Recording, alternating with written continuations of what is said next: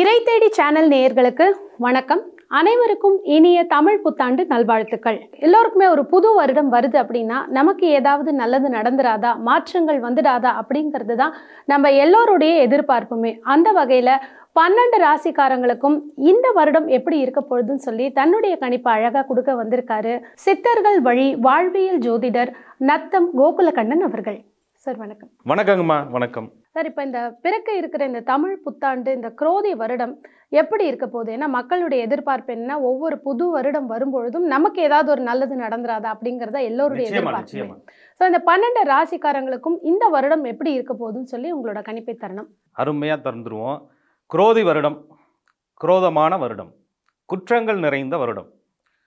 அதற்காக 12 ராசிகளுக்கும் குற்றங்கள் நடக்குங்கிற அர்த்தம் கிடையாது. இதில் நிறைய ராசிகள், 12 ராசிகளில் நிறைய நன்மைகளை பெறப்போகிறாங்க. அதில் குறிப்பாக அரசியல் தலைவர்கள், கல்வி கற்கின்ற மாணவர்கள், குடும்பத் தலைவிகள், அரசு உத்தியோகத்திற்காக முயற்சி செய்யக்கூடியவர்கள், ஏற்கனவே அரசு உத்தியோகத்தில் பதவி உயர்விற்காக காத்து கொண்டிருப்பவர்கள், அந்நிய தேசம் போக வேண்டும் என்ற முயற்சி செய்யக்கூடியவர்கள், அந்நிய தேசத்திலே பணிபுரிந்து சரியான வாய்ப்புகள் கிடைக்காமல் மீண்டும் தாய்நாட்டிற்கு வந்து அந்நிய தேசத்திற்கு எப்பொழுது செல்லலாம் என்று சிந்தித்து கொண்டிருப்பவர்கள், விவசாயிகள், உழைக்கும் வர்க்கத்தவர், அடிமட்ட தொழிலாளர்கள் அனைவருக்கும் ஒரு பொக்கிஷமான ஆண்டாக இந்த ஆண்டு இருக்க இருக்கிறது. அருமையா சொன்னீங்க. இப்போ முதலாவதாக நம்மளுடைய மேஷ ராசிக்காரங்களுக்கு இந்த குரோதி வருடம் எப்படி இருக்க போகுது? மேசராசி அவருடைய ஆதிக்க கிரகமான செவ்வாய் பகவான், காலபுருஷ தத்துவத்தின் முதல் ராசி. இந்த வருடத்தினுடைய ராஜாவே செவ்வாய் பகவான் தான். ஒவ்வொரு வருடத்திற்கும் ராஜா, மந்திரி, சேனாதிபதி என்று உண்டு. அந்த வகையில் இந்த வருடத்தினுடைய ராஜா செவ்வாய் பகவான். அந்த செவ்வாய் பகவானுடைய ராசியிலே பிறந்த மேசராசிக்காரர்களுக்கு ஒரு பொன்னான ஆண்டாக இருக்க இருக்கிறது இந்த தமிழ் புத்தாண்டு. இந்த ராசிக்காரர்களுக்கு நல்ல தேக வலிமை, உடல் வலிமை, மன வலிமை, அது ஆண்களாக இருந்தாலும் சரி, பெண்களாக இருந்தாலும் சரி, படிக்கின்ற மாணவர்களாக இருந்தாலும் சரி, ஒரு விதமான தைரியமும் உத்வேகமும் கிடைக்க இருக்கிறது. கொடுத்த வாக்கை காப்பாற்றக்கூடிய ஒரு சூழ்நிலை உருவாக இருக்கிறது. அவர்கள் எடுக்கின்ற முயற்சியெல்லாம் வெற்றி பெறக்கூடிய வாய்ப்புகள் இருக்கிறது. வீர தீர செயல்களிலே ஈடுபட்டு இந்த நாட்டிற்கே பெருமை சேர்க்கக்கூடிய ஒரு ராசிக்காரர்களாக மேசராசிக்காரர்கள் இருப்பார்கள். 4ஆம் இடம் என்று சொல்லக்கூடிய வீடு, மனை, வாகனம், பூமி அனைத்து விதத்திலும் ஒரு நல்ல முன்னேற்றங்கள் கிடைக்கும். ஏற்கனவே கட்டியிருந்த மனைகள் தடைபட்டு இருந்தால் இந்த வருடம் அது கட்டுவதற்கான வாய்ப்புகள் உண்டாகும். மேல் மாடி எடுக்கக்கூடிய சூழ்நிலைகள் உருவாகும். வீட்டிற்கு உபயோகப்படக்கூடிய பொருட்கள் வாங்கும் நிலை ஏற்படும்.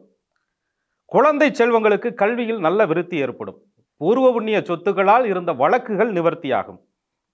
அதுவரை தாய்மாமன் உறவில் ஏற்பட்ட பகைகள் நீங்கும். கொடுத்த கடன் வசூலாகும். தடைப்பட்ட கடனை இவர்கள் கட்டி முடிப்பார்கள். திருமணமே ஆகாமல் காத்து கொண்டிருந்த மேசராசிக்காரர்களுக்கு மனைவியால் செல்வம் கிடைக்க இருக்கிறது. மகத்தான செல்வங்களும் மனைவி வழி அனுகூலமும் கிடைக்க இருக்கிறது. 8ஆம் இடம் அவமானப்பட்டவர்களுக்கு அவமானத்திலிருந்து நீங்கக்கூடிய ஒரு விதமான சூழ்நிலைகள் உருவாகும். சட்ட வரம்பிற்குட்பட்டு வழக்குகளில் சிக்கியவர்களுக்கு வழக்குகளில் இருந்து வெற்றி பெறுவதற்கான வாய்ப்புகள் உண்டாகும். தீர்த்த யாத்திரை சென்றவர்களுக்கு வாய்ப்புகள் உண்டாகும். கோவில் திருப்பணிகள் செய்வதற்கான சூழ்நிலைகள் உருவாகும். கட்டி முடிக்கப்படியாத கட்டட பணிகள், தெய்வ ஆலயங்களுக்கு வாகனங்கள் நேர்த்திக்கடன் வைத்தவர்களுக்கெல்லாம் இது செய்யக்கூடிய ஒரு வாய்ப்புகள் உருவாகும். கோவில் கும்பாபிஷேகங்கள் நடத்துவதற்கான சூழ்நிலைகள் ஏற்படும். சுய குலதெய்வ கோயில்களில் வழிபாடு மேம்படுத்துவதற்கான வாய்ப்புகள் உருவாகும். பாக்கியங்கள் பல கிடைக்கும். புதையல் போன்ற தனமும் கிட்டும். தொழில் துவங்குவவர்களுக்கு, ஏற்கனவே தொழிலில் பார்ட்னர்களால் போராடி கொண்டிருப்பவர்களுக்கு அந்த பிரச்சனை சுமூகமாக தீரும். பார்ட்னர்களுக்கும் இவர்களுக்கும் ஒரு விதமான உறவுகள் சுபிட்சம் ஏற்படும்.